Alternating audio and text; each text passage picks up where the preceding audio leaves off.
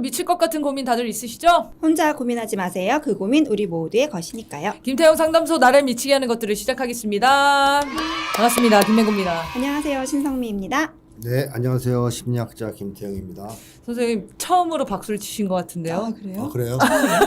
얼떨결에 정말 얼떨결에 다들 치는데 깜짝 놀란 듯이 박수를 치시길래 저도 깜짝 놀랐습니다.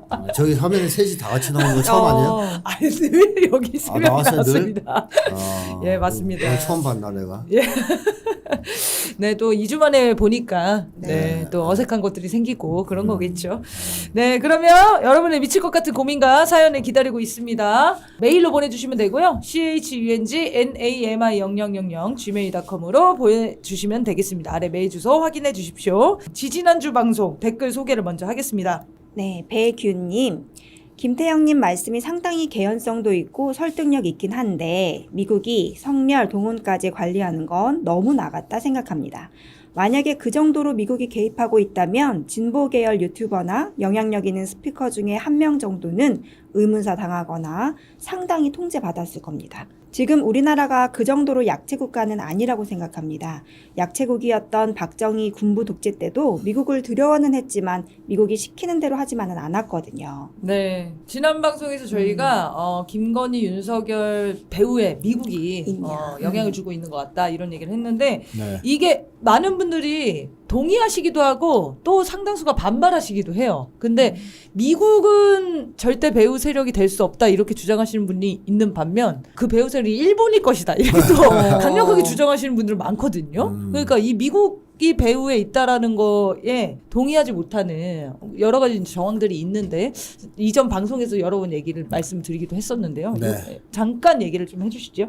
한국이란 나라의 역사를 보시면 미국이 만든 나라라고 해도 과언이 아니거든요. 유엔이 만들었다고 하지만 사실상 유엔은 미국이었기 때문에 네. 미국이 만든 나라라고 해도 과언이 아니고 미군이 주둔하고 있고요. 전시작전권을 쥐고 있죠.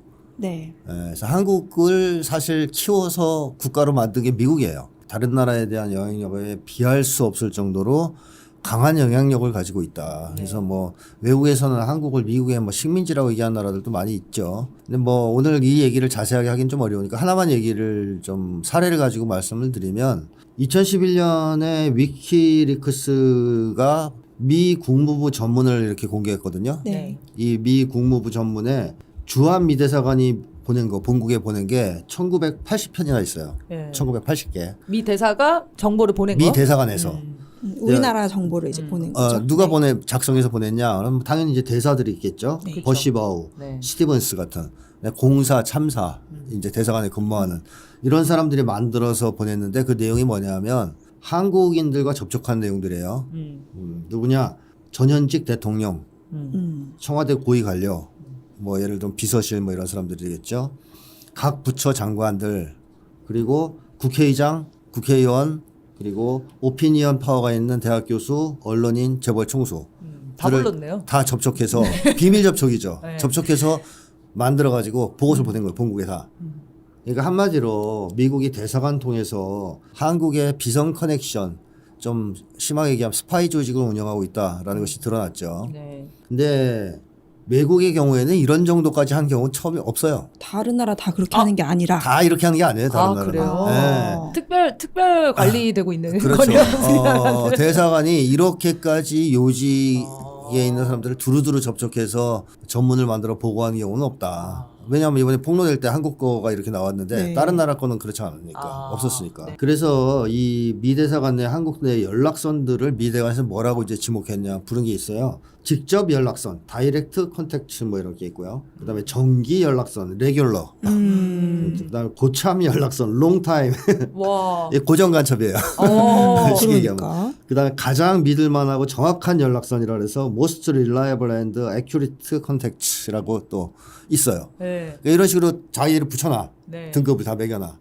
고정 간첩 뭐 이거 확실한 우리 쪽 뭐 등등등 이렇게 이름을 붙여가지고 관리를 하고 있었다. 아, 그러니까 뭐 대통령은 무슨 뭐 이제 붙여 뭐 직접 연락선 교수는 아니면은, 누구 이런 네, 식으로요. 누구는 고참 연락선 이런 식으로 붙였다 레벨을 다 자기네가. 네. 분류를 해서 관리를 하고 있군요. 아, 거의. 그렇죠. 그 진짜 우리 이제 충실한 꼬봉과 고정간첩과 정기 접촉 정도 하는 사람 뭐 이런 식으로 협력자 정도 네. 분류해서 관리를 했다는 거고요. 이 연락선을 대사관만 가지고 있을까요? 따로 또 관리하는 데가 있습니다. CIA가 또 따로 합니다. 더 은밀하죠, 여긴. 잘 폭로가 안 됩니다. 네. CIA가 더 많을 거예요. 누굴 만나나요, 이 사람들은? 그 다음에 미군 네. 자체가 하는 것도 있어요. 네. 미군 아, 부대가. 미군에서도. 각각 자기들 스파이 조직을 만들어서 한국에서 운영하고 있어요. 네. 그래서 뭐 수천 명에 달할 것이라는 얘기들이 지금 나오고 있죠. 네. 한국에 있는 미국 스파이가. 그중에 하나 예를 들면 2007년도에 이제 미 대사관의 정치 첨사인 조셉 윤이 작성한 기밀 문서를 보면 여기 이제 빈번한 연락선으로 지칭되는 사람이 나와요. 프리퀀트 컨택트라고. 근데 이 사람이 누구냐면 한국 언론계의 유명한 KBS 기자입니다. 실명이 공개됐어요. 네. 전 이제 실명이 안 나와서 모르고 하여튼 공개됐다는 것만 알고 있는데 그게 빈번 연락선이고요. 또 2007년 9월에 버시바우 당시 미국 대사가 작성한 데에는 소중한 연락선이라는 지칭이 나와요. 소중한 연락선. Valued Contact. 그래서 뭐라고 가치 있는 연락선. 소중한 소중한. 연락선도. 뭐라고 얘기했냐면 엄격히 보호해야 된다 이 사람. 스트릭트 프로텍트. 이거 보호해야 된다. 이 사람은 절대 공개되고 건드리지 않게 해야 된다. 이게 김태효 같은 애 아닐까 싶기도 한데요. 그렇죠, 그렇죠. 청와대 경제정책부장관 실명이 나옵니다. 이런 사람들 다 이렇게 실명이 나왔는데 정부 요직이 다 있는 거죠. 네, 있는데 아무런 제재를 받지 않았어요. 공개가 됐는데도. 되는데도. 그래서 이제 요건 하나의 빙산의 일각인데 이것만 보더라도 한국의 일반적인 국민들이 생각하는 것처럼 미국이 손 놓고 있을 것이다. 그렇지 않습니다. 네. 엄청난 정보망을 가동해서 한국 정치를 배후에서 조종하고 그렇죠. 탐색하고 네. 하고 있다. 그래서 지금 이 순간에. 네, 이 순간에도 한국에 대한 미국의 지배력은 가히 뭐 압도적이다. 이렇게 봐야 될 겁니다. 근데 여기 선생님 이분이 얘기하신 게 우리나라가 약체 국가가 아니기 때문에 네. 예전만큼 미국을 두려워하거나 영향을 받지 않는 거 아니야 이렇게 얘기하시는 분들 많거든요. 예전에는 미국의 통제를 받았다고 그 인정을 해요. 하는데. 인정을 하는데 지금은 사실 시대가 많이 달라졌고 뭐 그 정도로 영향을 끼치지 않. 어떻게 보면 좋은 말이잖아요. 네. 우리의 어떤 역량이 커져가지고. 근데 약체국이 아니냐, 약체국이냐 아니냐의 기준을 이분들은 경제적 기준만 가지고 얘기하시는데 자 그러면 약체국이 아니라면 국방 주권을 찾아와야 되는 거 아니에요? 그러네요. 전시작전권 찾아와야 되는 거 아닙니까? 네.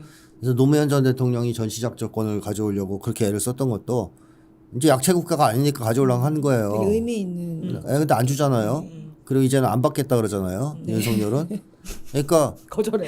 강국이라는 얘기는 적어도 자기의 군사 주권을 가지고 있고 외교적 결정권 같은 걸 가지고 있어야 강국이라는 거 아니에요? 돈만 많다고 강국이에요? 그렇죠. 네. 사실은 폭탄이 왔다 갔다 할 때는 가장 중요한 거지 않습니까? 그래서 일본도 돈은 많고 잘 살았었지만 옛날에 강국 대접을 못 받았던 겁니다.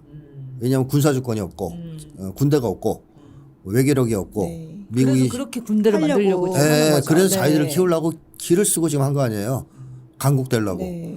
그러니까 강국의 기준은 경제력만으로 얘기할 수 없다는 것이고요. 뭐 경제가 좀 약화될 때도 있는데 어쨌든 국방, 정치, 문화 모든 걸 기준으로 강국이라고 해야 되는데 한국이 예전부터 더 좋아졌다, 발전했다 하는 측면은 주로 경제적 측면에서 말씀하시는 것일 테고 불평등 문제를 빼더라도 군사라든가 정치, 문화 이런 쪽에서는 한국이 강국이 되었다고 감히 얘기하기 좀 어렵다. 뭐 이제 뭐 K 한류 이런 거 갖고 한국이 문화 강국이라고 얘기하기도 좀 어려워요.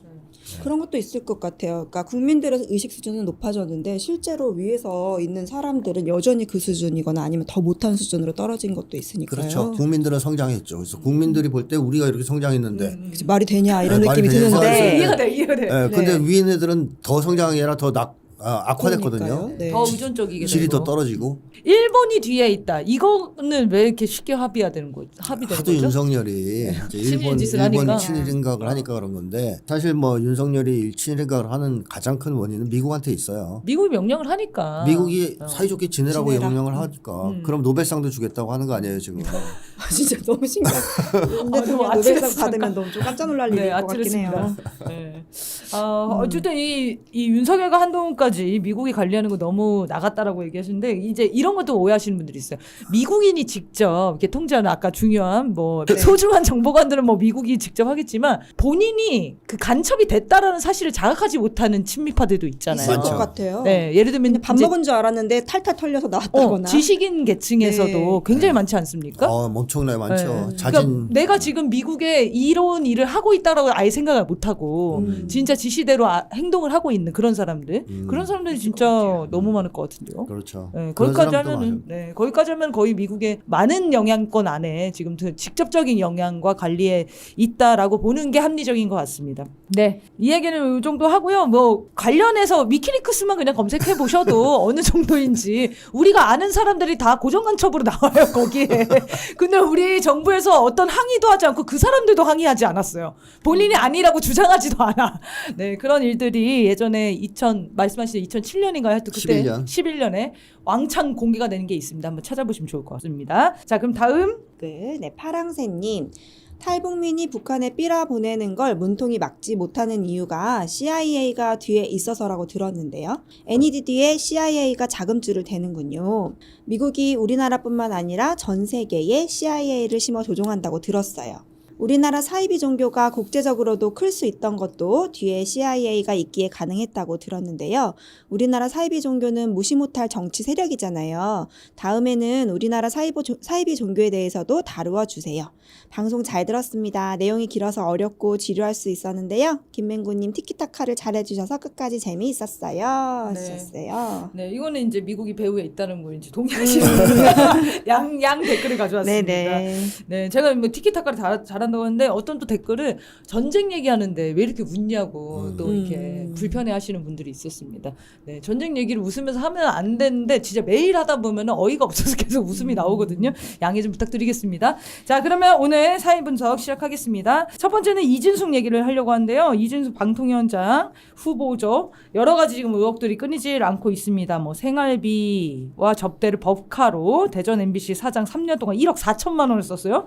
그리고 독재자를 찬양하고 일본군 위안부 문제에 대해서 입장을 밝힐 수 없다며 사상 검증하지 말라고 하는 그런 극우 성향도 드러냈습니다. 이 사람이 이제 청문회 내내 보여준 뻔뻔한 태도에 김건희 저리 가라 지금 김건희냐 이진숙이냐 이런 대결 구도가 지금 형성이 될 정도인데요.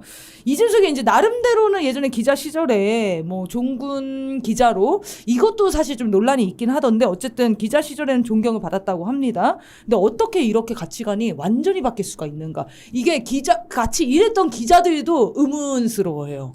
분명히 그런 정도의 사람은 네. 아니었는데 왜 이 지경이 됐는지 모르겠다 이런 얘기들을 하더라고요. 왜 바뀌었을까요? 뭐 저는 뭐 얼마나 바뀌었을까 싶긴 한데 반전이다. 원래 이랬을 것 같은데 네네. 그때는 대놓고선 덜 나대서 눈에 띄지 않았을 것 같긴 해요. 사회 분위기도 좀 있고. 네. 실제 갖고 있는 권력이 많지 않았을 수도 있잖아요. 네, 그렇죠. 쓸 수 있는 게. 그러니까 그 나쁜 짓 한 게 보면 다 사장할 때 그런 거 아니에요? 네. 그죠? 김재철이 네. 걔를 데려다가 임명하고 나서부터 그죠? 그죠. 그죠? 네. 저 정권에 눈에 든 다음부터 네. 빵진숙이란 별명도 붙었더라고요. 아우 빵을 너무 좋아해요. 120만 원치 사서 네. 다 먹었대요 혼자? 모르겠죠. 뭐 접대했다는데 네, 빵으로 접대하는 것도 나 280여 너무. 개를 하루에. 어쨌든 이 사람이 저는 원래 문제가 있었을 거라고 생각합니다. 네, 이제 지금만큼은 아니었다. 기자들이 볼 때 이런 정도였을 것 같고요. 들리는 소문에 의하면 기자들 내에서도 워낙 꼴통짓을 많이 하고 그래가지고 대인 관계가 원만치 못해서 그래서 종군 기자로 갔을 가능성이 높다라는 평도 있어요. 네. 그래서 아마 그렇지 않았을까 하는 의심이 강하게 드는데 이번에 이준숙이 하는 걸 보니까 그냥 우리 흔히 쓰는 말로 막가파잖아요. 네. 막가파. 그러니까 아마 아나무인의 막무가내 스타일. 조곤조곤하게 대화하고 이런 쪽은 전혀 아니고 그냥 막 지 하고 싶은 얘기만 떠들고 콩밥 얘기를 계속하는 거 보셨어요 혹시? 콩밥? 네. 누가 무슨 얘기를 하는데 갑자기 콩밥을 이렇게 콩밥 하면서 시작하니까 끊을 거 아니에요. 네. 엉뚱한 얘기를 하니까. 끊고 또 얘기하는데 또 콩밥이래요. 그래서 콩밥을 2번인가 3번 반복하는 장면이 있더라고요. 그래서 저 인간이 콩밥을 처먹고 싶어서 저러나. 주로 밥과 빵을 좋아하는. 하여튼 그런 식으로 네, 자기 할 말만. 상대방이 하는 대화 질문에 대해서는 관심조차 없는 것 같아. 그냥 자기 하고 싶은 얘기만 하는 그런 이제 꼴통 기질이 있다. 네. 그래서 사회성이 매우 부족한 것 같고 전반적으로 그러니까 남들이 자기를 어떻게 평가하고 네네. 어떻게 보느냐에 대해서는 거의 뭐 모르는 것 같아요. 잘. 그냥 막 지멋대로 살아가지고 네네. 친구 없이 살아가지고 그런 데 대해서는 거의 사회성이 없고 부족하고 무지한 것 같다. 근데 그런 사람들은 이제 주변에 좀 우쭈쭈하는 사람들이 있으니까 그렇게 되는 거죠. 근데 꼴통이니까 네. 남들 같으면 안 하는 짓을 하는 거예요. 야 저기 가게 가서 뭐 하나 훔쳐와 그러면 여지간한 애들은 안 하거든요. 아. 근데 얘는 그래 하면서 가서 훔쳐오는 거야. 그러니까 이제 애들은 이준석이 좋죠 그런 애들은. 네, 말이 잘 들으니까. 그러니까 꼴통짓을 하니까. 눈치도 안 보고. 예.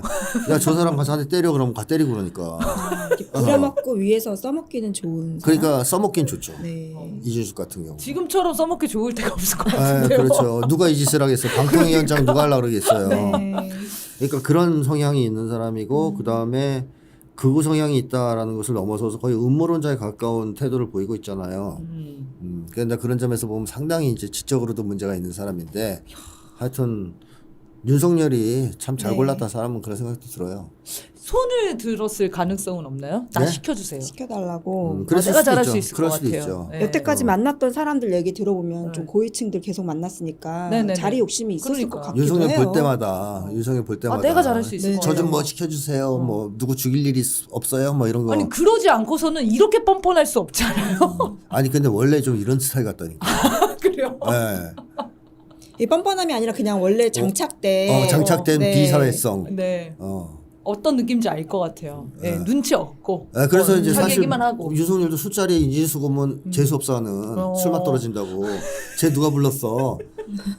근데 또 냉대할 수는 없는 뭐 시켜야 되니까. 그런데 이진숙은 몰라. 몰라. 사람들이 자기 싫어, 시간 이거 몰라. 모르는데. 뭐야, 그치? 새끼가. 그렇죠.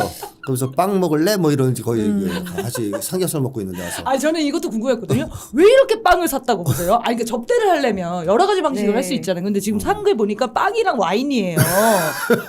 아니 진짜 나는 의심스러운 게 자기가 다 먹었나 싶을 정도로 빵집만 다녔잖아요. 이렇게 빵에 집착하는 이유는 뭐라고 그건 이제 보십니까? 조사해봐야 돼요. 진짜 빵을 산 건지 영수증만 빵을 끄는 건지. 네, 지금 보니까 뭐 네. 기름값도 이제 네. 기름값이 네. 아니고 예. 그 본사에 가가지고 그 결제한 걸로 나오더라고 200만 원. 보통 그런 식으로 영수증을 허위로 끊는 경우가 많거든요. 그쵸. 국고를 쓰려고. 그렇게 하는 게 이해가 되죠. 네. 빵을 나눠줬다는 거예요. 자기 주장은 이제 고마운 사람들에 대해서 그것도 너무 일방적이잖아요. 그러니까요. 그 사람이 빵을 좋아해야 주는 건데 온 사람한테 계속 반복적으로 빵을 뿌렸다는 거 아닙니까? 그러니까 내가 그 얘기예요. 네. 그러니까 뭐 한식 파티 하는데 빵 들고 가서 뿌리는 인간이라는 거예요.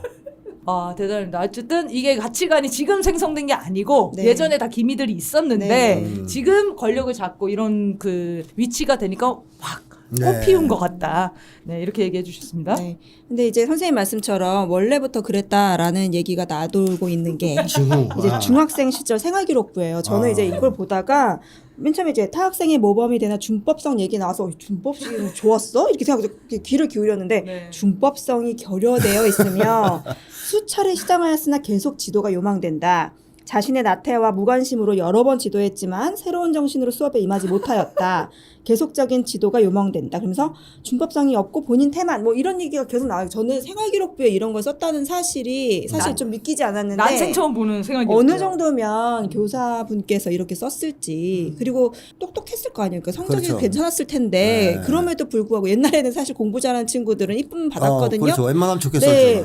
그런데 어떻게 이렇게 준법성이 결여되어 있다. 너무 치명적인 얘기. 선생님이 어지간히 답답했으면 네. 화가 났으면 이렇게 쓰셨을까 싶어요. 그러니까. 네, 나름 집안도 나쁘지 않고 네. 뭐 공부도 잘하고 이런 학생인데 얼마나 애가 이상하면 선생님들이 이렇게까지 썼다는 것은 훨씬 더 심했다는 얘기잖아요. 그러니까요. 근데 여기서 핵심이 뭡니다. 준법성 결여는 한마디로 심리학적으로 말씀드리면 반사회성이잖아요. 네. 반사회성. 그러니까 중학생 때부터 반사회성이 농후했다라는 얘기예요. 근데 그럴 수가 있습니까? 그러니까 이건 쓸수 심각한 있죠. 거예요. 근데 어떻게 이렇게 요직에 올랐냐가 좀 너무 신기한 거죠. 아, 요직은 지금은 반사회적이었지만 요직이 올- 올릴 올릴 수 수 있어요. 있으니까. 지금 시대가 그런 시대긴 그러니까 한데 나쁜 시대에 맞는 말이네요, 나쁜 놈들을 그러면. 만나서. 아니 그러니까 중학교 때부터 이미 반사회성이 농후했다. 반사회적 성향이 강했다. 그러니까 그때부터 꼴통이었다는 거잖아요. 네. 그러니까 한마디로 반항하였다는 얘기예요. 네네. 근데 그 반항이 그냥 선생님한테 덤비고 이런 게 아니라 규칙을 안 지키는 거로 드러난 거죠. 여러 가지 규칙을 막 파괴하는. 네. 그러니까 아까 제가 제멋대로 산다, 막갑하다 이런 얘기를 한 게 자기가 어떤 규칙도 인정하지 않는 이런 네, 모습을 네. 중학교 때부터 보여준 거거든요. 네. 이 정도면 뭐 난 사람이죠. 네. 이미 인격이 거의 이때 형성됐을 텐데. 그렇죠. 그 다음에 나태와 무관심은 그런 얘기 아니겠어요. 선생님이 계속 지적도 하고 타이르기도 했을 거 아니에요. 네. 좀 사람 좀 만들어 보려고. 근데 너는 짓거려라. 네, 귓등으로 다루는 나는 거. 내 갈 길을 갈 것이다. 이런 식의 태도를 보여서 나태와 무관심이라는 표현을 썼을 거란 말이에요. 한마디로 지적을 받아도 전혀 노력할 생각이 없다는 얘기는 이때부터 벌써 이준숙은 사랑과 인정을 받고 싶다. 사람들한테 또 선생님한테 또 대인관계에서 원만한 대인관계를 맺고 좋은 평가를 받고 싶다라는 요구를 포기한 거예요. 네. 아예 없다. 이때부터. 포기하는 그런 심리는 뭡니까? 이제 그러니까 받을 수 없다라고 생각하는 거예요. 예, 본인이? 더 이상 아무래도 안 된다. 소용없다. 아, 진짜 반사회적이네요. 그 전에 이미 가정에서부터 그랬을 수도 있죠. 네, 부모님이 그렇죠. 이제 얘를 네. 포기했을 수도 있거든요. 너무 사랑을 안 주고 또 받아보려고 애썼는데 맨날 지가 훔치고 그러니까 부모님이 이제 사랑을 안 줬을 수도 있잖아요. 그래서 얘는 아무리 노력해도 안 된다. 그러니까 아예 이제 대인관계를 포기하는 거죠. 네. 그러니까 규칙도 안 지키고 선생님이 지시해도 그냥 지져라 개야. 네. 막 사는 거죠. 난 막 사는 막 살 거야. 그러니까 막 사는 인생 내키는 대로 막 사는 인생을 중학교 때부터 산 것 같다라는 게 요 짧은 평가에서도 네. 드러나는 거 아닌가요? 아니면 그런 아예 거꾸로 완전히 특권층처럼 살았나 이런 생각도 좀 하긴 했어요. 근데 이제 워낙 예전 일이라서 예전에는 그런 경우가 많이 없어서 요새 이제 현대 사회에 와가지고 이제 아이가 한 명 되다 보니까 이제 뭐 이렇게 뭐 우쭈쭈 많이 하고 이런 경우가 생기는데 특권층이라고 생각해서 뭐 이제 학교 가는 시간도 자기가 정하고 집에 가는 시간도 자기가 그럴 수 정했나 있지. 그럴 수 뭐 이런 있지. 상상을 좀 하기도 근데 했었거든요. 이준숙이 학교 다닐 때는요. 나이가 그 사람이 한 50대 후반 아니에요? 못해도 그럴 대략? 것 같아요. 그러면 뭐 네, 저하고 50대. 비슷한 연배 중학교 다녔을 거거든요. 네. 그 당시에 특권층 자제라고 그렇게 못했어요. 아, 오히려. 문화가 자체가 그럴 수가 없구나. 요즘에는 그 학폭 가해자들이 특권층 자제들이죠. 네네 그렇죠. 옛날엔 그런 애들이 이 준법을 정신이 결여된 애들은 옛날에 그런 애들이 아니에요. 가난한 집 애들이야. 우리 때는 중학교 고등학교 때 깡패들이 다 가난한 집 애들이에요. 네. 부잣집 애들은 오히려 얌전했어. 그리고 부모님을 팔아서 뭐 학교에서 행세를 하거나 이런 건 없었어요. 그래서 걔네들은 오히려 빵을 뺏기면 뺏겼죠. 그래서 빵의 원한이. 자, 근데 어쨌든 갑자기 떠오르는 생각인데. 네. 어쨌든 그런 걸 봤을 때 그게 특권층 자제였기 때문에 생겨난 네. 어떤 모습은 아니다, 절대. 이렇게 그 당시에 오히려 조금 조심스러워했다 그럴까요? 자기가 특권층들이 부자인 거를. 오히려. 네, 특권층 자제인 것을 좀. 왜냐면 이제 다 가난했기 때문에 네. 그 특권층이 왕따당하게 되는 거거든요. 왜냐면 그- 거기서 권력을 부리고 이런 게 없잖아요. 네, 사실 그 네, 시대에는. 그래서 하여튼 그 당시에는 학폭이라는 것도 특별히 없었지만 이 깡패들이 다 보면 그런 애들이고 네. 못 사는 집 애들. 걔네들이 그냥 학교 친구들을 괴롭히는 것도 아니에요. 나가 놀아. 아웃사이더로. 밖에서 놀아. 맞아. 저도 이제 고등학교 저는 이 시대는 아니지만 그 다음 시대지만 일진들은 또 잘해준다고 친구들이랑. 의리가 이렇게 말해도 되나요? 이게 안 좀 돼, 안 돼. 약간 이게 저처럼 이제 네. 이렇게 뭐 친구 교우 관계를 활발하게 못하는 친구들 챙겨줬어요. 야야 이거 맹구에 와가지고 이거 좀 먹어 뭐 이런 식으로. 그러니까 그 애들이 그렇게 악랄하고 네. 악독하고 그러지는 않았다 맞아요. 이런 얘기예요. 네. 그냥 이제 일탈 비행소년. 괴롭히는 거라기보다는 그냥 열받으면 본인들의 화내고 어떤 그렇지. 뭐 이런 일탈? 거지. 네. 이제 뭐 사회 옷 풀어 규칙과 헤치고 일탈. 신발 꺾어 신고 네. 모자 허세. 꼭 네. 삐딱하게 씻고 뭐 이러면서 이제 네네. 밖에 나가서 담배 피고 네. 이런 행동을 하는 거였죠. 그냥 반항하는. 지금 같은 지금처럼 학폭 사람을 괴롭히는 게 아니라. 지금의 학폭은 완벽하게 특권층 자제들이 부모를 등에 업고 정신적인 학대를 위세를 항상. 부리면서 인간을 괴롭히고 학대하는 거잖아요. 완전히 질이 달라졌는데 이준숙은 그 당시 학대를 당했으면 당했지 뭐 할 만한 처지는 아니었을 것 같고 그래서 그와 관련이 있지는 않을 것 같습니다. 네. 하여튼 이게 진짜 중학생 시절 생활 기록부에서 찾을 수 없는 이거 정말 네. 유례 없는 겁니다. 이거는 웬만하면 선생님이 좋게 그러니까요. 써줘요. 네. 그러니까요. 장점을 하나라도 찾아가지고 뭐라도 써주시는 게 선생님 마음인데 이게 그래서 저는 이걸 보고 이 선생님 진짜 참 교육자다라는 생각이 들었어요. 얼마나 알리고 싶었던 걸까 이 친구를 잡으려고 불쌍해요 그 선생님. 많이 당한 것 같아 보이세요? 하필 이준숙을 만나서 얼마나 마음고생을 심하게 하셨을까 싶어요. 네, 하여튼 이제 법카 쓰고 다니는 거 보니까 네 그때부터 형성된 이제 준법상 결연가 보다. 네. 전혀 뭐 문제 의식 자체가 없는 없더라고요. 거죠. 그렇죠. 네. 그러니까 생활비처럼 쓴 거 아닙니까? 네. 새벽에도 쓰고 쓰지 말아야 된다는 거 자체 인식이 없는 것 같더라고. 그러니까 뻔뻔한 거죠. 자기의 생활 자체가 다 공무야. 숨을 쉬는 것도 공부라고 생각하는 이런 상황이더라고요. 네, 이렇게 이지수 얘기 좀 나눠봤고요. 이어서는 임성근 얘기를 좀 이제 물어보려고 제가 이제 궁금한 게 많아졌습니다.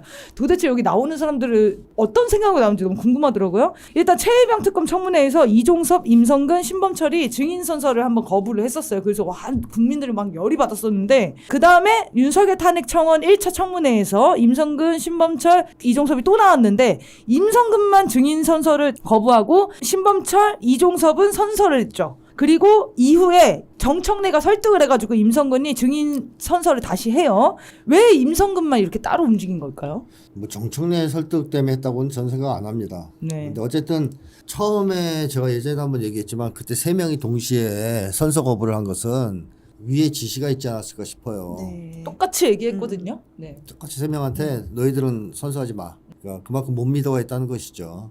이종섭도 좀 어리버리하잖아요. 네. 그리고 그 신범철도 말 실수한 데서 드러나듯이 저놈은 추궁당하면 또 무슨 헛소리 할지 몰라. 이런 생각이 있었고 임성근은 더 걱정됐겠죠. 겁이 많으니까. 네. 그래서 3명한테 증인 선서를 하지 말라고 지시를 했는데 그게 굉장히 안 좋았잖아요.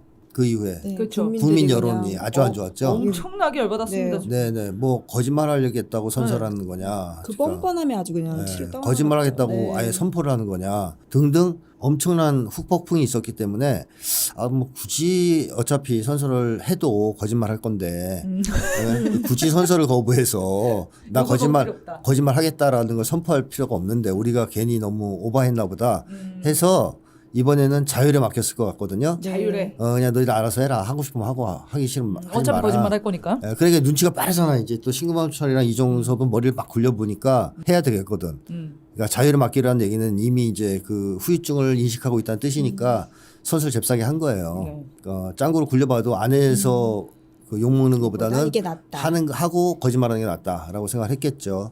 근데 임성근은 머리가 이제 안 좋은 거지 그만큼. 이 두 사람만큼도 안 되는 거죠. FM인가 봐. 원래 했던 대로 그대로 저번에도 거부했으기보다 거부해야지. 그래서 거부한 거죠. 근데 거부하고 나니까 자기 혼자 거부했네. 네. 아. 이건 아닌가 봐. 이거 당황스럽잖아요. 둘 다 했으면 괜찮다고 생각할 수 있었을 텐데 둘은 또 해버리니까 심란한 거지 마음이. 네. 근데 그 상태에서 뭐 물어봤을 거 아니에요 문자로. 네. 왜 했냐고. 그 친척 검사한테 문자도 보내고 막 맞아요. 하잖아요. 그쵸. 불안해가지고. 야, 나 혼자만 선서 안 했는데 어떡하지? 뭐 전화도 저는 뭐 했을 거 아닙니까? 그럼 거기서 하는 게 좋겠습니다. 그다음에 이제 정청래도 하라 그러니까 괜히 안 했나? 이러면서 이제 다시 한 것 같거든요. 아니 이게 그러면은 모양이 빠지잖아요. 모양 빠지죠. 네. 그런데도 그냥 선서하는 게 낫겠다 이렇게 판단했다는 거죠. 그렇죠. 남의 그래서 말에 쉽게 흔들리는 스타일인가? 그러니까 임성근이 능숙하게 거짓말하는 사람이 아니에요. 네. 이 청문회를 보면 네. 능숙하게 거짓말을 한다는 얘기는 거짓말이 아닌 것처럼 거짓말을 해야 되거든요. 네. 티 안 나게. 김건희처럼. 김건희처럼. 김건희처럼 빤빤하게. 또는 뭐 진짜 거짓말 잘하는 애들은 뭐 얼굴색 하나 변하지 네. 않고 눈 하나 깜빡하지 않고 거짓말 하잖아요. 근데 임성근은 거짓말할 때 나 거짓말해요. 이게 얼굴에 다 쓰여요. 네. 표정에서 그렇고 눈이 불안해요. 이게 눈이 이게 통제가 안 되나 봐. 막 움직여요. 왔다 갔다. 깜빡깜빡 막 난리예요. 진짜. 엄청나. 그러다 아래를 막 내려보기도 하고 시선도 못 맞추고. 그래서 저 지금 거짓말하고 있거든요. 이거를 뭐 모든 사람에게 다 얼굴 표정으로 공개하는 사람이잖아요. 네. 거짓말 잘 못하는 거죠. 우리도 뭐 누가 와서 거짓말할 때 이렇게 눈 깜빡하면서 하면 당장 우리도 거짓말이라고 생각하지 않겠어요? 그렇죠. 그래서 거짓말을 아주 능숙하게 하는 사람은 아니다. 아니다라는 겁니다. 그다음에 또 하나는 거짓말을 능숙하게 하려면 거짓말이 절대적으로 불가능한 것들이 있죠. 확인된 사실들. 예를 들어서 언제 몇 시에 누구랑 통화하셨죠. 그거 부인할 수 없거든요. 네, 증거가 있으니까. 통화 기록 나오면 어차피 빼도 박도 못 하잖아요. 네. 그럼 거짓말 잘하는 사람들은 그런 걸 거짓말하지는 않아요. 그냥 인정하고. 인정해요. 가니까. 네. 인정하되 거기 마사지를 하지. 통화는 했지만 안부 전화였을 뿐이다. 청탁 같은 건 없었다. 등등으로 거짓말을 하거든요. 그러니까 사실은 인정하면서 거짓말을 한단 말이에요. 네. 임성근은 사실 자체를 부인해 버려요. 네. 사진에 막 찍혀 있는데 같이. 일단 거짓말해요. 일단 거짓말. 모르는데요. 그리고 뒷생각을 못 하나 봐요. 그 문자 보냈죠. 그런데 안 보냈는데요. 사진 찍혀 나왔는데. 일단은 거짓말 하잖아요. 네. 이게 보면 하수죠. 거짓말 잘하는 사람이 이렇게 안 하거든요. 그러니까 일단 인정할 건 인정하면서 거짓말 변명을 하는데 임성근은 그렇지 않다. 그럼 왜 그랬을까라는 건데요. 왜 그랬을까? 임성근이 원래부터 이렇게 돌대가리였을까? 네, 원래는 원래 나도 돌이었을까? 궁금해지더라고요. 근데 저는 원래 돌은 아니지 않을까 싶어요. 네. 그래요? 예. 근데 이게 겁이 많은 사람들은 청문회 자리 같은 데 오면 당황하거든요. 무섭고. 그렇죠. 뭐 일반인이 가면 네, 되게 네. 무서운 자리죠. 네, 겁이 많은 사람일수록 당황할 거 아닙니까? 근데 당황하면 머리가 안 돌아가요, 보통. 이 감정의 강도가 세지면 그게 특히 부정적인 감정일 때, 공포, 불안, 당혹감 이런 부정적인 감정일 때는 사고력이 저하됩니다. 그렇죠. 멈추죠. 네, 현저하게 저하돼요. 네.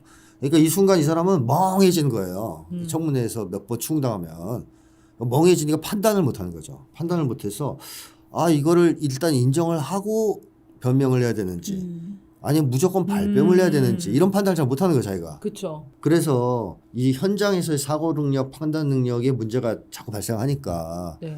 주변에 추천도 있었을 수 있고 본인도 그 필요성을 느꼈을 수 있겠죠. 친척 검사를 하나 고용한 거 아니에요. 원래부터 뒤를 봐주던 사람이었다고 하는데 뭐 심리를 뭐 자기가 봐준다고 하던데요. 심리 치료까지 해주는 사람. 검사인데. 그러니까 이제 그런 거죠. 예, 쫄면 안 돼. 너 지금 너무 흥분해 있어. 진정해야 돼. 지인 찬스 같은 거. 무서워하지 마. 뭐 이런 식으로 그러니까 안정감을 주는 그 사람을 쓴 거였거든요. 이게 쉽게 얘기하면 수험생이 시험 치러 들어갈 때 공부를 하나 다 해서 너무 불안하니까 다 틀릴 것 같잖아. 그럼 귀에다 하나 꽂고 과외 선생님 밖에 대기시켜온 거예요. 3번 문제가 선생님 건데 어떻게 할까요? 과외 선생님이 2번 이러면 이제 안정감이 좀 생기고 그럴 거 아니에요. 그래서 검찰 하나를 밖에다 두고 계속 문자를 날리면서 교신을 한 거죠. 왜냐하면 임성근이 너무 불안하니까 혼자서 이 난국을 난 헤칠 수가 없어. 네. 청문회장이 너무 무서워. 이런 심리를 가지고 있기 때문이다. 그래서 거짓말을 저는 잘 못한다고 봐요. 그러니까 그 자리에서 다 발뺌하는 거야 일단. 근데 나중에 나오니까 혼나지. 네. 그 조언자한테. 야 이거는 팩트가 있는데 사실인데 이걸 발뺌하면 어떡해. 그러면 아유 그 순간 내가 뭐 정신 있어야지 그냥 일단 발뺌했지. 그러면 아니야 이제라도 인정해야 돼. 그러면 나와서 또 뭘 해요? 인정을 해요. 그거 써서 막 보내. 내가 아까 실수를 잘못 얘기했네. 기억이 안 났네. 네. 번복하잖아요. 이걸 보면 이 사람이 심각한데. 심각하다는 걸 알 수 있죠. 네. 아니, 그래서 네. 청문회가 아니라 이 사람은 수사를 해야 돼. 검찰 특검 같은 걸 해가지고 방에 가둬놓고 신문하면 다 불게 생겼어. 조금만 몰아넣으면. 네, 좀만 몰아놓고. 그리고 이제 분리해가지고. 네, 좀 몰아넣다가 이제 막 달래면 담배 한 대 주고 막 울면서 막 다 불 것 같거든요. 그럴 위험성이 제일 높은 게 임성근하고 한동훈이야 내가 볼 때. 한동훈. 둘을 잡아넣어서 취조를 해야 돼요. 그러니까 얼마나 불안하겠습니까? 임성근과 한동훈이 저쪽 말할까봐. 그러니까. 정말. 저는 이 장면 중에 또 웃겼던 게 핸드폰 비번 까먹었다고 얘기하는 장면이 있거든요. 그러니까 핸드폰에 제출할 용의가 있습니까? 이렇게 의원이 물어보니까 용의가 있습니다. 하더니 근데 왜 공개 안 합니까? 핸드폰 비번을 까먹었습니다. 이러는 거예요. 나는 당당하다. 아니. 근데 그 표정을 봤어야 돼요. 이걸 뭘 어쩌자는 거지? 얘가 어쩌려고 이렇게까지 가지? 이런 생각이었거든요. 근데 보니까 얘도 멘붕이 온 것 같아. 멘붕 왔어요. 예. 그래서 말이 안 되는 얘기를 반복해서 해요. 그리고 수습이 안 돼. 사람들 빵 터지고 난리가 났어. 그러니까 애가 여기에 땀이 얼굴이 빨개지더니 땀이 막 흐르는 게 보여요. 네. 이 정도로 멘탈이 약하구나. 그렇죠. 그랬다는 거예요. 제가 그 얘기를 하는 거죠. 바로. 진실을 얘기해서는 지금 큰일 날 일들이 너무 많은가 싶네요. 그렇고 이제 그 순간에는 나가버리는 거예요 멘탈이. 그러니까요. 그런 거 같더라고요. 초등학생 같은 답을 한 거잖아요. 비번 까먹었다고. 너무 당당하게 그게, 막 소리 질렀다고요. 비번을 까먹었습니다. 이렇게 얘기했어요. 이게 당당할 거면 비번을 알려드릴 수 없습니다. 여러 가지 표현 방법이 있는데 있어요. 한동훈처럼 버티든가 하면 되거든요. 근데 한동훈만도 못한 거예요 지금. 비번을 까먹었습니다라면 코미디지. 그러니까요. 누가 봐도. 네. 근데 그거를 자기도 그 순간 저질러 놓고 수습을 못하는 그런 사람이다. 네. 이렇게 이제 봐야 되겠고요. 아니, 이런 판단 능력을 가지고 사단장에 대해서 만약에 전쟁이 나면 네.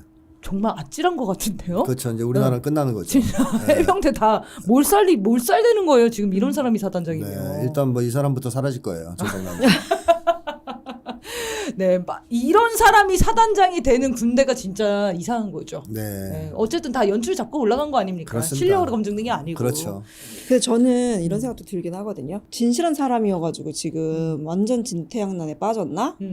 이런 공감적 반응도 좀 저는 또 그러니까 조금 연민이 올라오는데. 생길라 그래. 네. 저는 그 얘기는 했었죠. 네. 임성근이 몸통은 절대 아니다. 그러니까 쉽게 얘기하면 임성근은 처음에 이 사건이 터졌을 때 옷 벗으려고 그랬어요. 네. 그렇죠. 자기가 그랬어. 맞아. 옷 벗겠다고. 네. 그게 임성근 생각이었을 거야. 네. 그러니까 이 사람도 출세욕이나 이런 거 강하니까 위에서 이제 비비고 이런 건 잘했지만 이 사건은 그냥 넘어갈 수는 없겠다 싶으니까 자기가 시킨 걸 아니까요. 네, 자기가 옷을 벗으려 한 그러면. 거예요. 네. 책임지려고 나름. 네. 그러니까 당연하다고 생각한 건데 위에서 안 된다고 얘기했을 가능성이 있어요. 네. 뭐 네가 옷을 벗어? 너 별 달아야지 이놈아. 가만히 있어 너.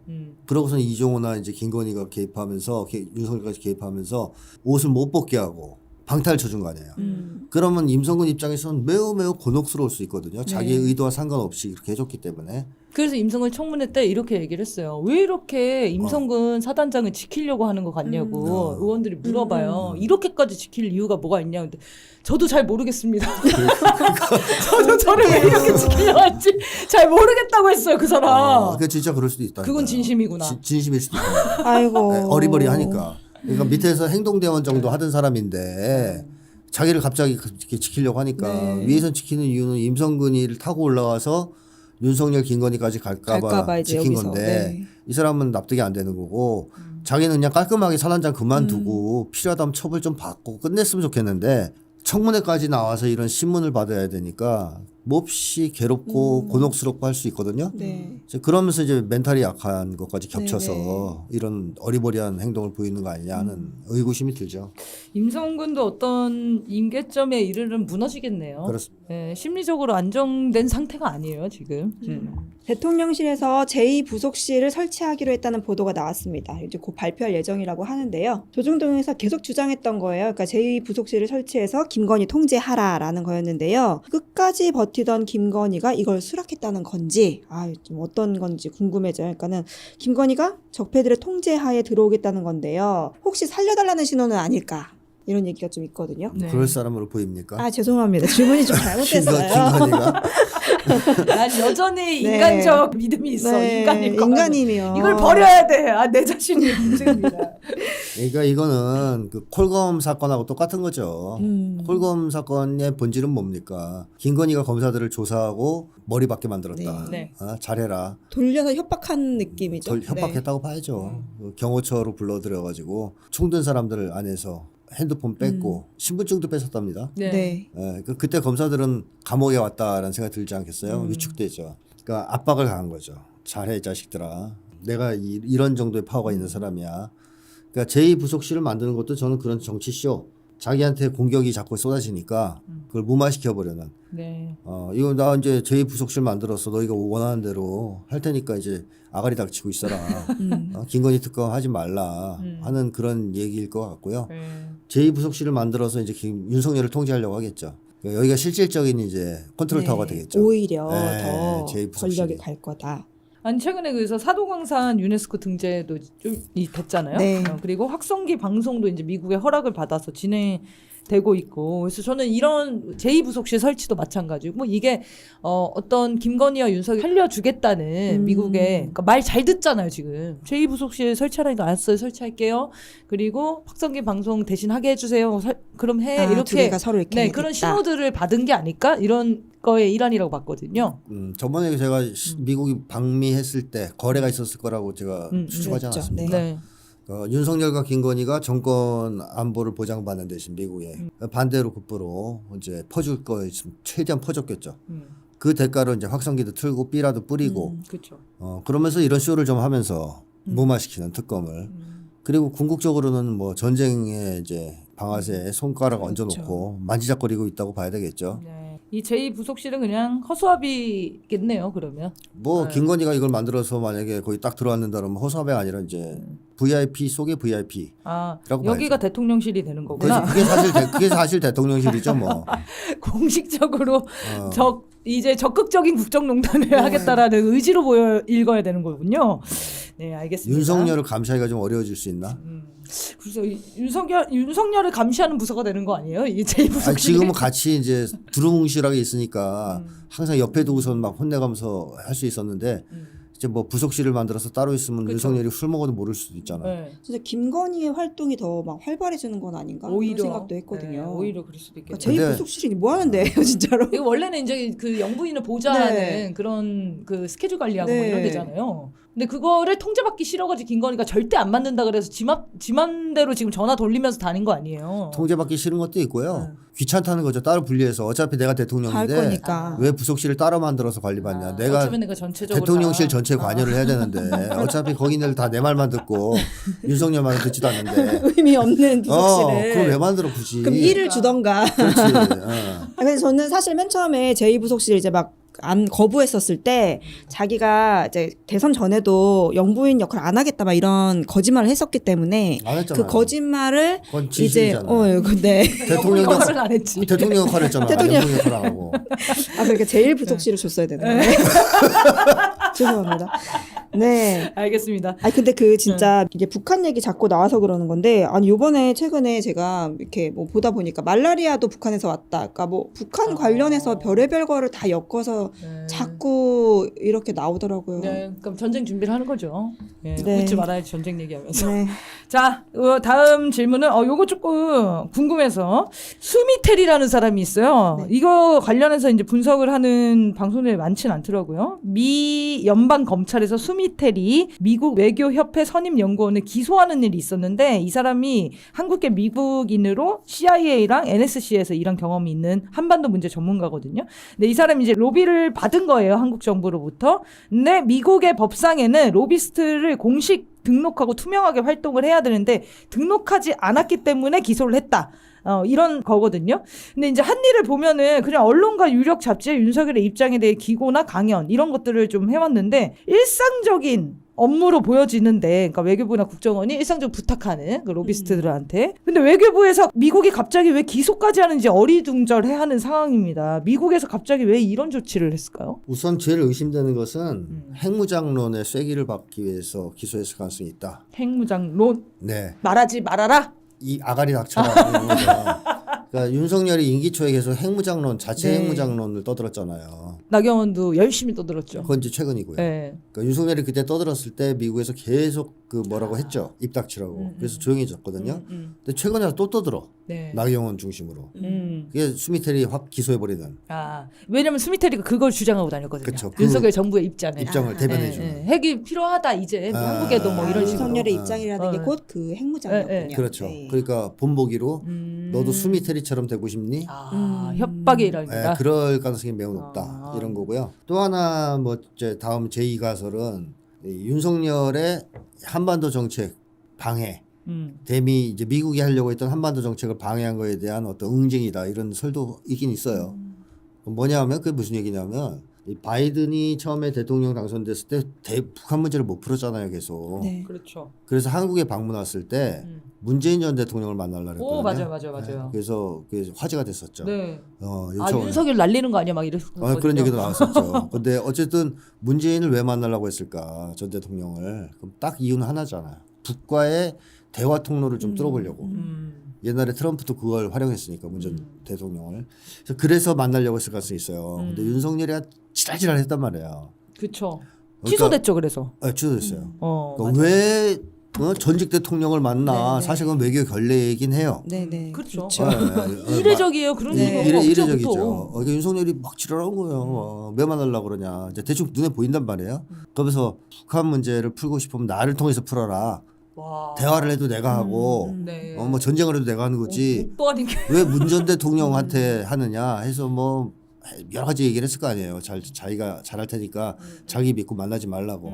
그래서 이제 안 만나고. 그래서 윤석열이가 이제 호전적으로 북을 대하면서 힘으로 굴복시켜서 네, 네. 평화를 이루고 대화석상을 끌어내겠다고 큰 소리 쳤을 수도 있거든요.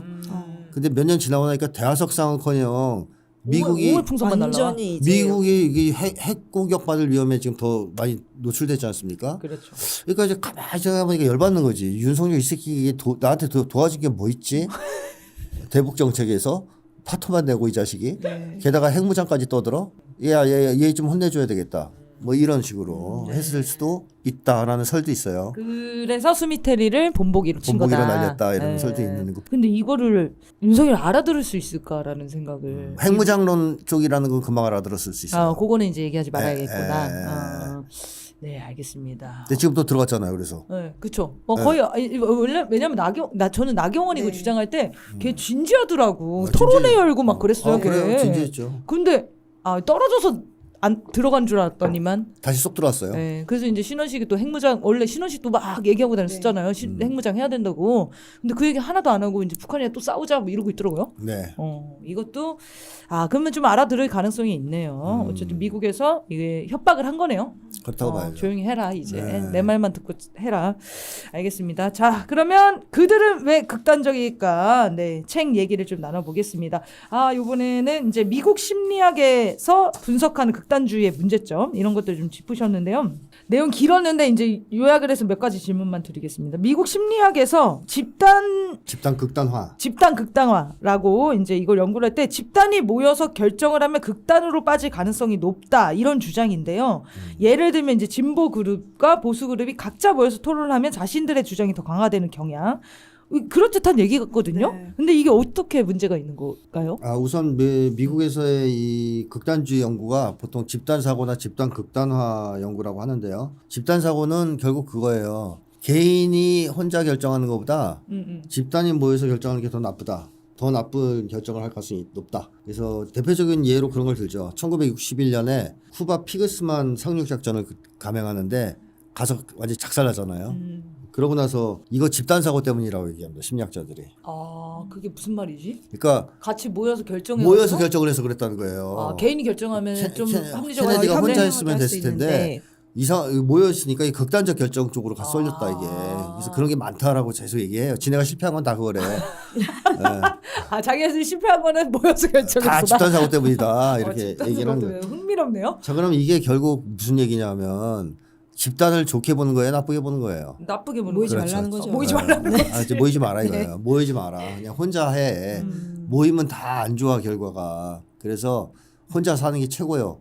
이런 걸 전제로 깔고 있는 거거든요. 그래서 집단에 대한 어떤 불신, 어떤 뭐 혐오 네. 이런 거를 기저에 깔고 있는 주장인데 이런 주장을 하다 보니까 이 사람들은 예방책도 뭐라 그러겠습니까? 극단주의를 예방할 수 있는 예방책을. 모이지 마라. 모여서 토론하지 마라. 이거 그것도 있어요. 아닙니까? 진짜로 있어요. 그래요? 그 얘기도 해요, 진짜로. 모이지 말라고. 근데 그다음에 이제 얘기하는 게 곰곰이 생각해서 네. 결과를 예상해서 안 좋은 결과가 나올 것 같으면 안 할 수 있으니까 한번 그걸 따져보라 이런 조언 같지도 않은 조언을 하는데 그게 무슨 말이야? 극단주의자들이 그런 사고를 할 수 있으면 극단주의자예요? 그러네요. 그런 사고를 못 하지? 합리적인 사고를 못 그러니까 하니까. 말도 안 되는 소리고 이거는 하나만 한 소리고 또 하나 진짜 얘들이 강조하는 처방전이 있어요. 그게 뭐냐면 다양성과 민주주의가 핵심이다. 받아들여라. 자, 이거는 어느 나라의 전유물이에요. 다양성과 민주주의. 미국이죠. 네. 쉽게 얘기하면 미국식 정치 제도를 받아들이라는 거예요. 그래서 실제 그 얘기를 해요. 심리학자들이. 그러니까 이슬람권 나라들은 전제정이다. 혹은 뭐 권위주의 정권이다. 바이든이 지금 권위주의 정권과 민주주의 정권으로 갈라서 네. 중국이나 러시아, 북한은 권위주의 정권, 우리는 민주주의 정권 이렇게 하잖아요. 그 패러다임 그대로 갖다 쓰는 건데 그런 나라들이 극단주의가 심하다는 거죠. 민주주의가 아니라서. 네. 그래서 미국식 민주주의와 다당제를 받아들이라고 요구하는 겁니다. 이게 처방전이에요. 극단주의 처방전. 이거는 뭐 스미테리처럼 의뢰받고 심리학 공부하는 거 아닙니까? 미국 정권에게.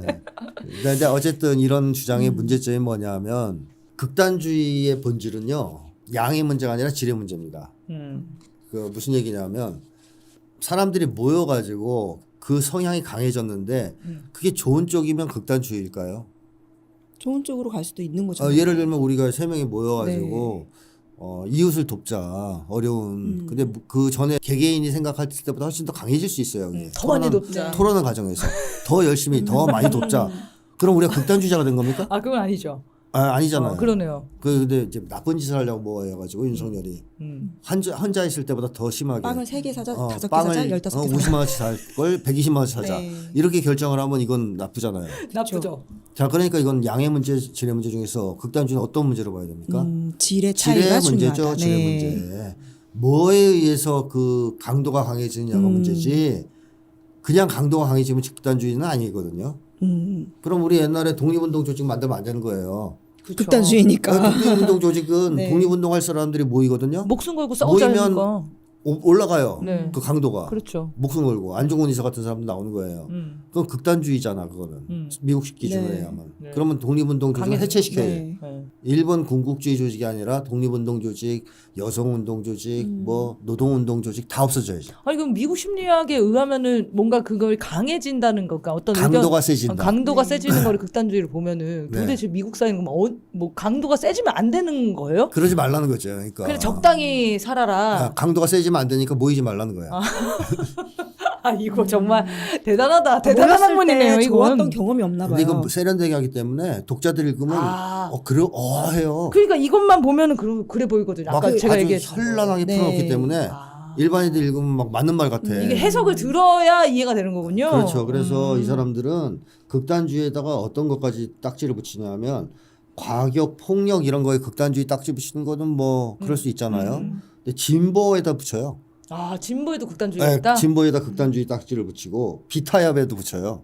비타협이요? 네, 타협이 안 비타협은 되는. 불의와 타협하지 않는 걸 얘기하는 거예요. 좋은 거거든요. 그것도 극단으로 극단주의로 해요. 봐요. 예. 뭐 일본이랑 적당히 타협해야지 무슨 비타협이야. 자 이런 식으로 좋은 거에도 극단의 딱지를 마구 붙인다. 왜냐하면 강도가 세다 이런. 적당히 해야지. 그 양에만 딱 초점을 맞추는. 흑인 해방 운동도 그냥 혼자서 집에서 그냥 그 공책에다 쓰지 나와서 모여가지고 그걸 구호로 막 외치고 강도가 세진다 그러면 극단주의가 되는 거예요. 뭔가 집단적인 행동을 하면은 다 극단주의화가 네. 된다고 생각하는 그렇죠. 거네요. 그러다 보니까 이제 문제 제기가 나오죠, 당연히. 착한 극단주의도 있을 수 있지 않냐는 얘기가 나오는 거예요. 자기들 사이에서도. 네. 아까 제가 얘기했던 그런 거. 이웃을 돕자. 뭐 불우이웃을 돕자라든가 독립운동을 하자라든가 이런 건 착한 극단주의라고 봐야 되잖아요. 근데 사실은 극단주의란 말을 붙이면 안 되는데 얘들은 양의 문제를 보니까 일단 극단주의 딱지는 붙여야 돼. 근데 이건 나쁘다고 할 수가 없는 거야. 그래서 만들어낸 말이 착한 극단주의.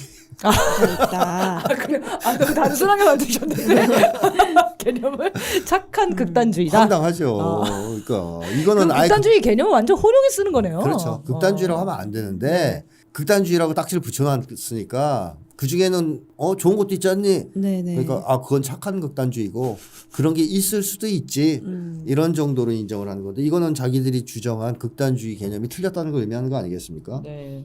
흥미롭습니다. 네, 그리고 뭐 이 사람들은 뭐 사람들 금방 집단으로 묶어서 하면 정보를 가지고 극단화시킬 수 있다고 주장해요. 그러니까 정보를 조작하면 집단 극단화를 쉽게 이룰 수 있다고 생각합니다. 한마디로 사람은 세뇌나 조종에 의해서 움직이는 존재라는 전제를 깔고 있어요.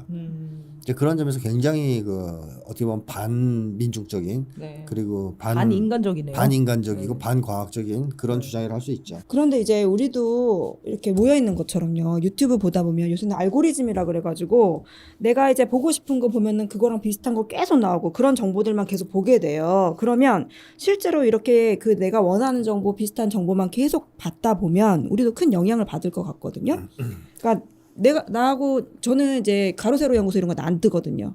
그러니까 거기서 말하는 거는 전혀 정보를 얻을 수가 없는데 일부러 막 조선일보 챙겨보기도 하고 저 같은 경우에도 그쪽 댓글을 좀 봐야 되는 거 아니냐 이런 생각이 들 때도 있었거든요. 너무 이렇게 한쪽으로만 치우친다. 네네네. 왜냐면 이렇게 그리고 또 비판하니까. 상대 걸 알아야 내가 그 대꾸할 것도 생각해내고 좀 이래야 되니까 봐야 되지 않나 생각도 했었는데 이 알고리즘 때문에 이렇게 우리도 좀 극단화되는 건 아닌지. 그러니까 착한 극단주의. 정신이 멀쩡하시니까 그런 짓을 하는 거거든요. 그러니까 정신이 멀쩡한 사람은 현실을 있는 그대로 보고 싶어해요. 그리고 특히 진보 개혁주의자들은 네. 현실을 왜곡하는 걸 싫어해요. 왜냐하면 진보 개혁 세력은 권력을 쥐고 있지도 않고 돈을 쥐고 있지도 않아요. 그러니까 권력이나 돈으로 개혁 운동을 하는 게 아니에요. 네. 그럼 뭘로 합니까? 진실로 하는 네, 거예요. 정직하고 싶구나. 진실과 진리로 네. 하는 거예요. 그래서 뭐 예수 된 날 진리가 너희를 자유케 하리라 이런 얘기도 한 거죠. 뭐 우린 가진 게 없으니까 그 당시에 우린 빈털털인데 그럼 뭐가 우리 이길 수 있는 힘이냐? 진리다 이거죠. 진리. 네. 그러니까 진실을 출 수밖에 없어요. 건강한 사람들은 그것을 왜곡했을 때는 사회 변혁을 할 수가 없지 않습니까? 개혁을. 그래서 객관적으로 현실을 인정하고 인식하고 싶어하는 욕망이 생기죠. 네. 그걸 갖게 되죠. 근데 병적인 심리를 가진 사람들은 현실을 있는 그대로 보고 싶어 하지 않아요. 자기가 원하는 내가 대로 원하는 대로 세상을 보고 네. 싶어요. 이런 사람들은 유튜브에서 그 가세연만 보는 거죠, 골라서. 이 마음에 드니까. 예, 그리고 딴 거는 좀 봐야 된다는 생각 안 하죠. 그걸 혹시라도 누가 보여주면 화내죠. 네. 그러니까 이거는 결국 그 알고리즘 때문에 이 사람이 이렇게 된 게 아니고 원래 정신 건강이 안 좋은 사람들이 그렇게 일방적 정보를 수용하는 거고요. 정신이 건강하고 멀쩡한 사람들은 일방적 정보를 수용당한 경우가 있다 하더라도 그걸 거부하는 경우가 많아요. 균형을 맞추려고 선생님처럼 딴 쪽도 본다든가. 저는 안 맞추려고 그러는데요. 근데 어쨌든 그렇게 하는 경우가 보는 있잖아요. 건 힘들긴 해요. 승질 힘들잖아요. 때문에 못 네. 봐요. 좀. 맞아요. 스트레스받아 못 보겠어요. 어. 그래서 저도 조선일보 같은 건 정말 네. 거짓도도 안 보는데. 그래도 현실 자체를 왜곡할 생각은 없잖아요. 조선일보가 왜곡하기 때문에 안 보는 게 왜곡하지 않는 겁니다. 그렇죠. 그래서 그런 점에서 이게 얘들은 마치 인터넷의 알고리즘이 서양의 이제 미국 심리학자들은 극단주의를 야기하는 것처럼 얘기하는데 네네. 극단주의가 이미 야기됐기 때문에 이런 짓을 한 거예요. 사실은. 그래서 알고리즘에 빠져드는 거군요. 빠져드는 거죠. 네. 네, 정신적으로 문제가 생겨서. 아 이게 선처가 다르네. 네, 참 미국의 심리학자들 이상한 놈들이에요. 네네네. 아니 이건 진짜 이것도 막 적용이 되거든요. 막 이렇게 촛불 나가고 이런 사람들이 이제 지인들 만나면 야 너 너무 그것만 보는 것 같아. 너무 촛불 얘기만 하는 것 같아. 이런 얘기를 하니까 막 위축된단 말이에요. 그 사람들이. 본인들이 지금 안 보는 게 현실을 왜곡해서 보는 게 문제네. 그렇죠. 아 그렇군요.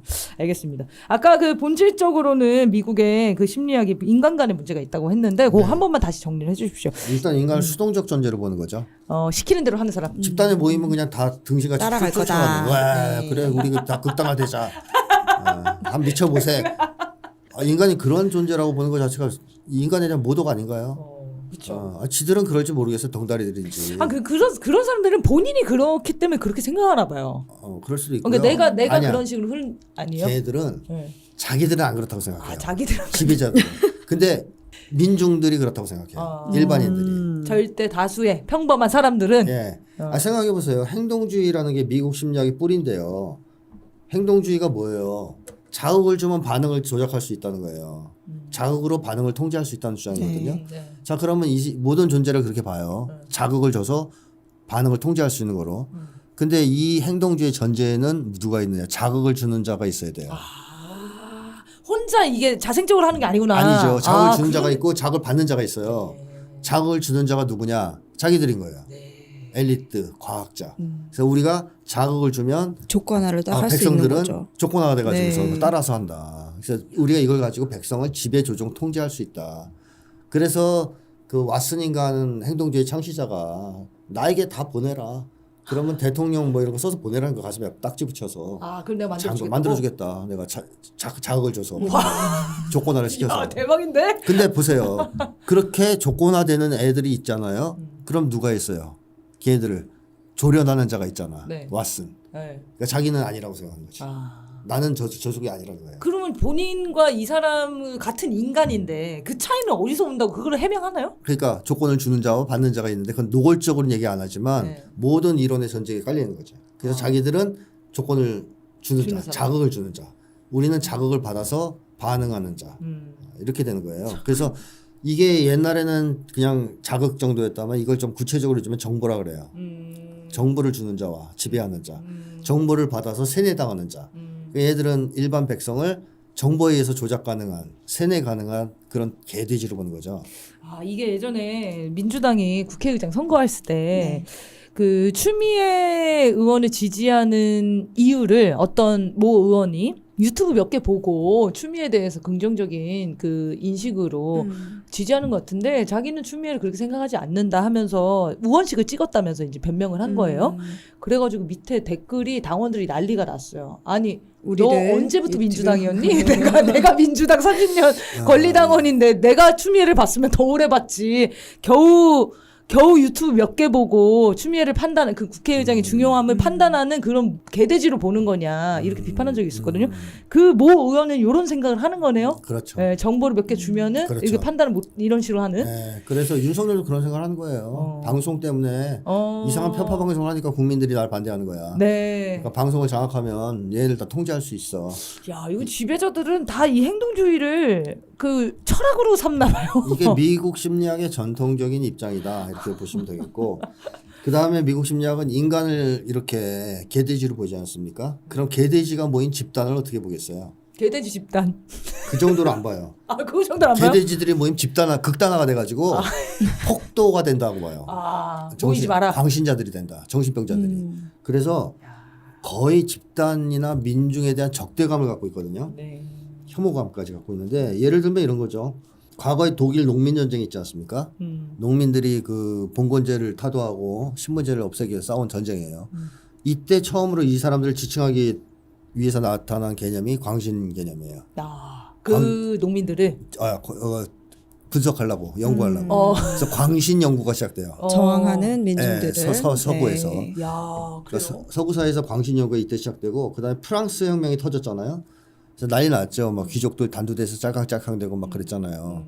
이걸 보면서 탄생한 게 바로 폭도 이론이에요.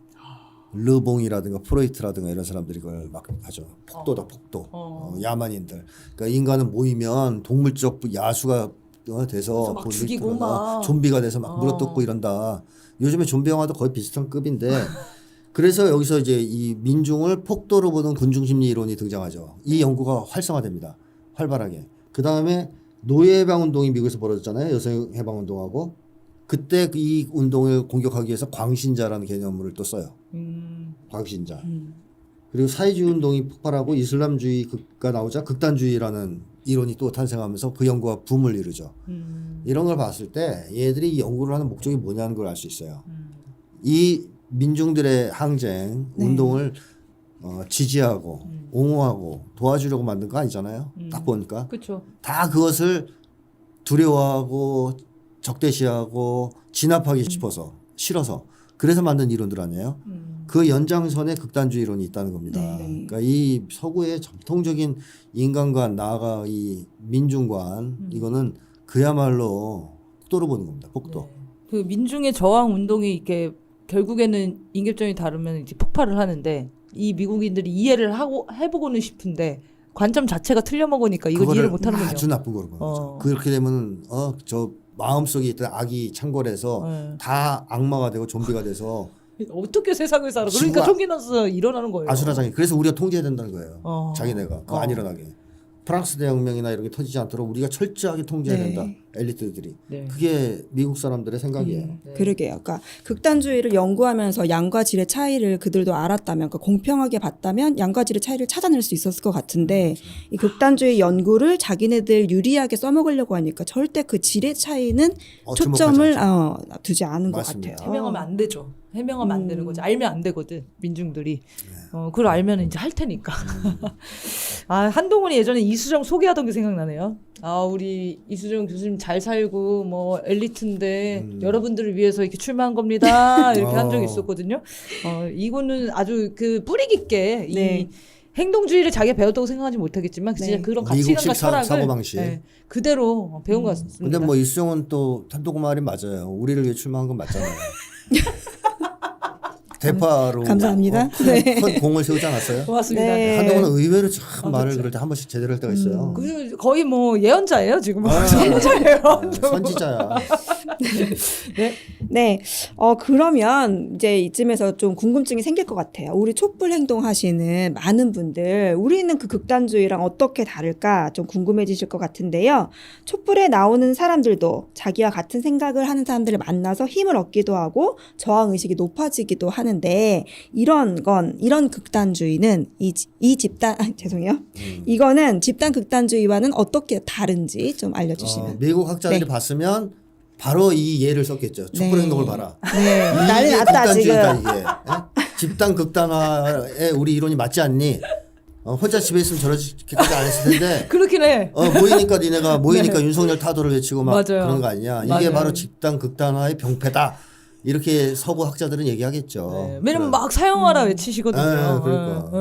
막 진짜 막 이래요. 막 너무 열받으니까. 그럼 뭐 이제 예를 들면 뭐 혼자서 괴롭힘 당하고 뭐 이제 이런 사람들이 몇 명이 모여보세요. 너도 그랬어? 야 이건 참을 수 없어. 우리 싸워야 돼. 머리띠면 그럼 이제 미국 학자들이 볼 때는 극단화된 거지. 네, 폭도가 나타났다. 이 위험한 놈들 혼자 집에 있을 때 가만히 있더니 자 이렇게 된 건데 이건 아까 앞에서 얘기했지만 극단주의를 양으로만 규정하는 미국 심리학 이론의 오류예요. 그래서 이건 극단주의라고 얘기할 수 없어요.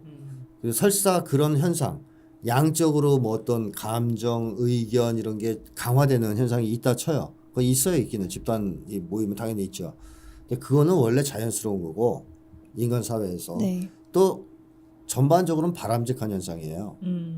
힘이 자, 강해지고 예를 들면 연대하고. 우리가 집에서 혼자 월드컵 네. 축구 응원하는 것보다 모여서 응원할 때 더 잘하잖아요. 네. 네. 그래서 거리 응원한 거 아닌가요? 그렇죠. 네. 그렇죠. 모여 있으면 그게 극단화된 거예요. 우리가 월드컵 응원하려고 거리에서 만나서.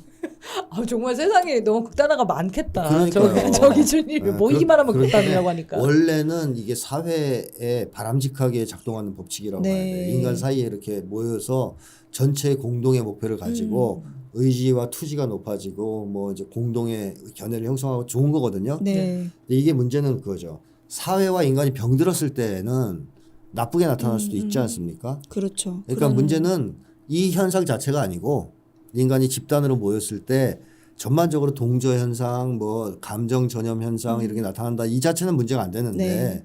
사회가 병들면 문제가 될 수 있죠. 그 좀비 때처럼 될 수도 있는 거예요. 그렇죠.